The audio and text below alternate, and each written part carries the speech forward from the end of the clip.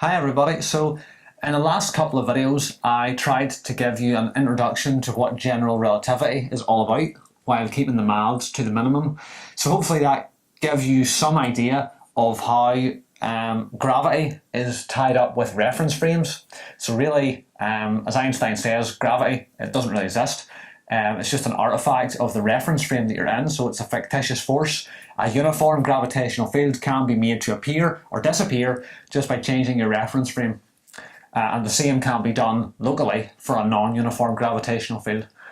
Now, I appreciate that those last couple of videos may have been a bit difficult to follow, okay? They certainly ended up being more verbose than I really anticipated them to be. So you might just want to watch over them another time. I know they're quite long, but just try and wrap your head around what I was saying there, the ideas. It's not absolutely essential to just 100% grasp that, okay? So more important in terms of your exam and tests and so on, we will be examining the actual mathematical aspects of general relativity. So not really the physical kind of equivalence principle and so on that was behind it. So if you didn't 100% grasp it, don't worry too much. Let's just focus now on the maths. Okay, so the maths of gravity. And in this video, I'm just really going to recap what Newton said about gravity. And then we're just going to think about what are we looking for from Einstein's theory of gravity. So general relativity. So let's just remind ourselves here how Newton's theory of gravity worked, actually. So I've entitled this video From Newton to Einstein. And so Newton's theory of gravity works something as follows. So just imagine you have some mass, capital M. So like it could be the sun, for example. And then it produces or generates a gravitational field, according to Newton, okay? And then you have some other mass, which I'll call little m, and you place it in the gravitational field of big M, and then little m experiences a force. Okay, so the force will be that way. Okay, so it's an attractive force. Gravity is always attractive. And Newton says the force, F here, is exactly this much. So F is equal to G times M times little m divided by r squared. Okay, so here G is just a constant. It's the universal gravitational constant, so you just get a value of it like from experiment. And then we've got the two masses, so big M and little m, and then r squared here. R is just the distance. So I'll just draw it there. R is just the separation between the two masses. Okay, so it's an inverse square law. Okay, so the force diminishes with the square of the distance between them. Now, what I'm actually going to do is vectorize this. So at the minute, this is just the magnitude of the force, but if you imagine just like a spherical polar coordinate system, so imagine I put my origin here, where mass big M is, and then the vector, the unit vector r hat, will actually point this way. Okay, it points outwards, remember? So I can vectorize this force. So this is its magnitude, but it points in the opposite direction to r hat. Okay, it points back in towards the mass big M because it's attractive. So the vector form of this force would be F underline equals, this is the magnitude, let's keep that, G M M divided by r squared. But the direction of the force is just the opposite direction to r hat, so it's minus r hat. So that's the vector form of that attractive force, or in fact another way we can even write it is minus gmm divided by r cubed times just vector r itself. Okay, and that's because that's just because r hat is just the vector r itself divided by its own magnitude. Okay, but it's still an inverse square law. Now, that's the force, fine. Let's then define the gravitational field. Okay, so remember the field, by definition, is the force that would be experienced at a certain point by a unit mass. Okay, so the gravitational field is the force you get if you set little m equal to 1, basically. So you also have the field, and it's denoted by little g with an underline. So it's just the same thing, but with little m set equal to 1. So it'll be minus g m over r cubed times r. Okay, let's write it using this expression. So that's the gravitational field. And the last quantity I want to introduce here is something then called the gravitational potential. Okay, the gravitational potential. You do the same sort of thing in electromagnetic theory, okay? But the idea is that because this is a central force, okay, so because the gravitational force or the gravitational field is central, okay, so in other words, it always points back to the center of coordinates here, if you pick the center on the mass, big M. And because it doesn't depend, it only depends on the r coordinate, okay, there's no dependence on the theta or phi coordinates. It's a central force. Hopefully you remember from classical mechanics that central forces are always conservative, and that being the case, a conservative force can always be written as minus the gradient of some scalar field. So you can write G as minus the gradient of some scalar field, which we call phi. And phi here is the gravitational potential. And in fact, the formula for it will be that phi is equal to minus Gm divided by r. Okay, that's an exercise if you want to try to see that. Okay, so you can try just take this scalar function, it's just a function of r, take the gradient of it, just try doing it in Cartesian coordinates in 3D, and you should see that you get, and with the minus sign then as well in front, you should get this expression back. Okay, and fine, that's how Newton's theory of gravity works when the gravitational field is being produced by just one mass, like 1 point mass here, capital M. How does it work then if instead you have a more general distribution of mass that's generating the gravitational field? So imagine now, rather than just a single mass here, capital M, imagine I have some blob of mass distribution that generates the gravitational field. What will the gravitational field then be at any point? Well, let's think. We can sort of take these formulas here and just modify them a bit. So, okay, now rather than a capital M, single mass, we have a mass distribution. Let's say its density is, so let's say mass density, and that's a function, okay, so it's a function of position here inside the blob. So let's call it rho of r prime.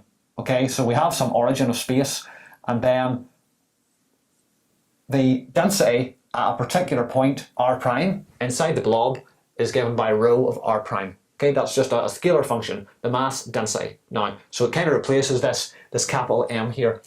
And then, you know, to measure the gravitational field, you will then still put down outside a unit mass,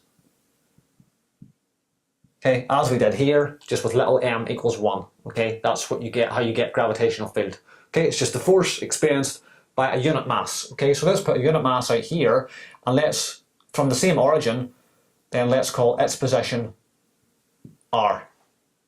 Okay, so the question is now, what is the gravitational field in this case? So G, and we can even explicitly write that it's a function of r, so gravitational field as a function of the position of your unit mass. So let's kind of just adapt what we have here. So let's keep that minus sign. Let's keep that G. Now, big M is no longer big M. It becomes rho of r prime.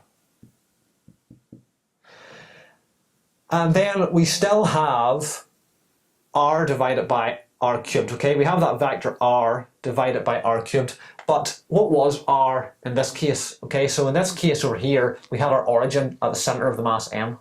Okay, so the vector r was just like that. So it was just going from the big mass m to the little mass, little m, or a unit mass, if it was chosen to be a unit mass, to the field. Now here, we haven't drawn it quite that way. We've kept it more general. Okay, so we've kept the origin just an arbitrary place. So what we need here, instead of r, is we need the vector that goes from here to here. Okay, we need the vector from the mass that generates the gravitational field, okay, like we had here, out to where your unit mass is. So I need this vector, okay, and this vector will replace the vector r over here. And what is it? It's going to be r minus r prime. Okay, so to get from here to here, you can go from here to here, which is minus r prime, and then from here to here, which is r. So it's r minus r prime. So that's what we put here instead of just r. So I'll put it like this, r minus r prime, and then divide it by, so instead of r cubed, magnitude r cubed, we will have magnitude r minus r prime cubed. And finally then, what is r prime? Okay, so remember, we just want to measure the gravitational field due to this green blob at a point r. R prime is just the point, is just the position of a general point inside this mass density, right? But we need to consider every point in it, okay? Every point in here contributes to the gravitational field. So how we do that is we integrate this whole thing over the volume element of r prime. So we put an integral sign here, and we can put d, you can call it dv prime or d top prime. It's just the volume element for the vector r prime. And then as for the potential, which is just a scalar function, what happens to it? So you take this formula, you've got the minus g still, and then m again becomes rho of r prime, and that gets divided by r. But we said that becomes magnitude r minus r prime, and you have to integrate then, once again, d top prime. Okay, and we can put in the explicit dependence on position if we want. Okay, so that is Newton's theory of gravity in its completely most general form. Okay, so for the gravitational field generated by just an arbitrary mass density, which goes in here. And it turns out there is one more formula you can write down, and you can verify it for yourself. It's shown in the notes, the proof of it, but you can check that nabla squared of phi, okay, so if I take this gravitational potential and I take nabla squared, I get minus 4 pi g times rho. Okay, so there's this very important equation. It's called Poisson's equation.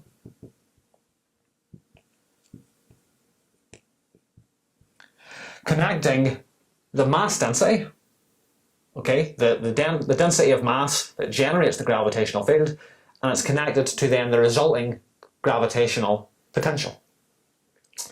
And this one equation really is Newton's theory of gravity in a nutshell. Okay, so really from Newton's theory of gravity, this is the only equation you really need to keep in mind particularly.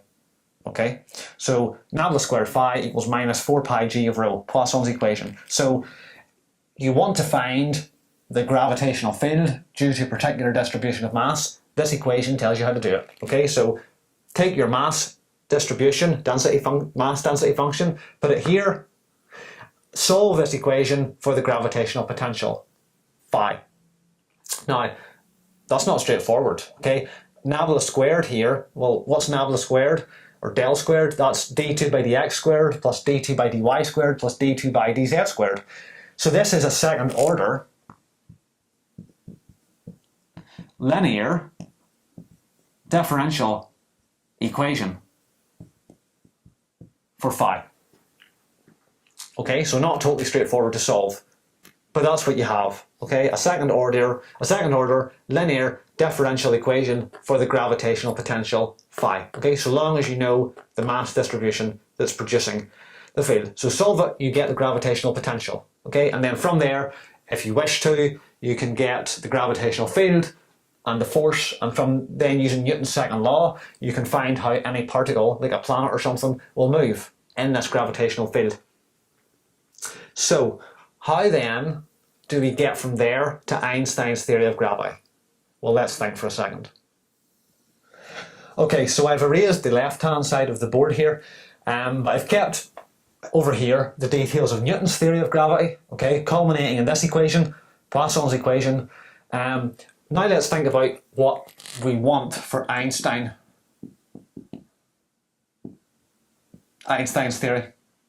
So remember we said, how does gravity arise in Einstein's theory? When you have mass, okay, like stars and planets, their presence, okay, the presence of mass, causes the four-dimensional space-time to become curved. Okay? Curved. So the equation that we're looking for, so the equations of general relativity, Einstein's equations of gravity, their basic form is going to be a little bit like this, but on one side you will have something that tells you about the distribution of mass or energy. Okay, mass and energy are equivalent. So in Newton's theory, that's the rho, the mass density. In Einstein's theory, we will have something like that. So something on one side of the equation that tells us about the mass or energy that generates the gravitational field. And then on the other side, we have to have something that tells us about the resulting curvature of the space-time. Okay, so Einstein's theory of gravity, the equation is going to look like this. So on the left-hand side, you will have something describing the curvature, and we're going to use tensors. Okay, why are we going to use tensors? Because then we will have equations that are valid in any frame of reference. Okay, so remember, tensor equation, if it's true in one coordinate system or reference frame, it's true in every coordinate system or reference frame. So on the left side, we'll have a tensor describing the curvature of space-time, and then on the right-hand side we will have a tensor describing the mass-energy distribution that's generating the curvature.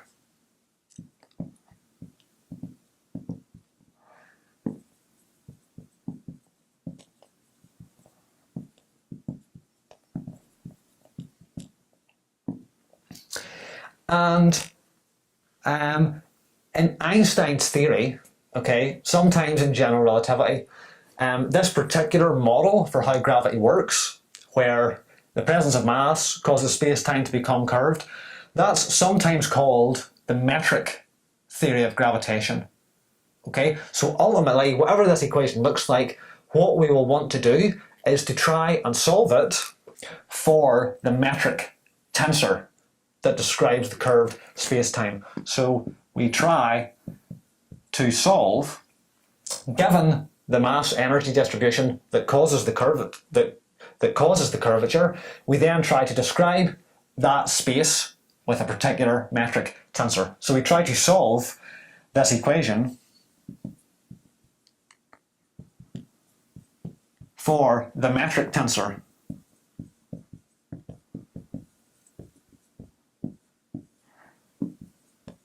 that describes the curved 4D space-time. So in Newton's theory, the quantity that you want to try to find is phi, the gravitational potential. Okay, so it's like someone gives you the rho, someone tells you, here's the mass distribution, I want to know what gravitational field it produces, so what you do is you solve Poisson's equation to find the phi. Okay, the potential. And then from there, you can take the gradient of it to get the gravitational field, and then from there you can use Newton's second law to find how other particles, like a planet or something, will move in that field. But in Einstein's theory, we will have an equation like this, okay, and we will get to the details of what these tensors are in the next video. But on one side, it's a tensor describing the curvature of space-time in some way, and it's related to a tensor that describes the mass energy distribution, okay, that causes the curvature.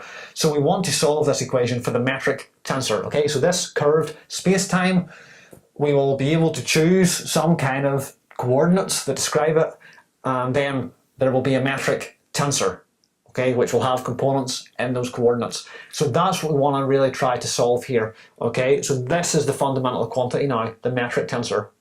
So in Newton's theory, it's the gravitational potential, phi, that you want to find, and it satisfies this second order linear differential equation. In Einstein's theory, we want to find the components of the metric tensor, and in fact, so the metric tensor takes the place of the gravitational potential phi, okay? And what we will in fact actually find is that when we write this equation down next time, what it actually all is, the components of the metric tensor will actually be found from a second order differential equation, okay? So the metric tensor, it really does take the place of the gravitational potential, okay? So in Einstein's theory of relativity, the metric tensor does play the role quite analogously to the role of the gravitational potential in Newton's theory.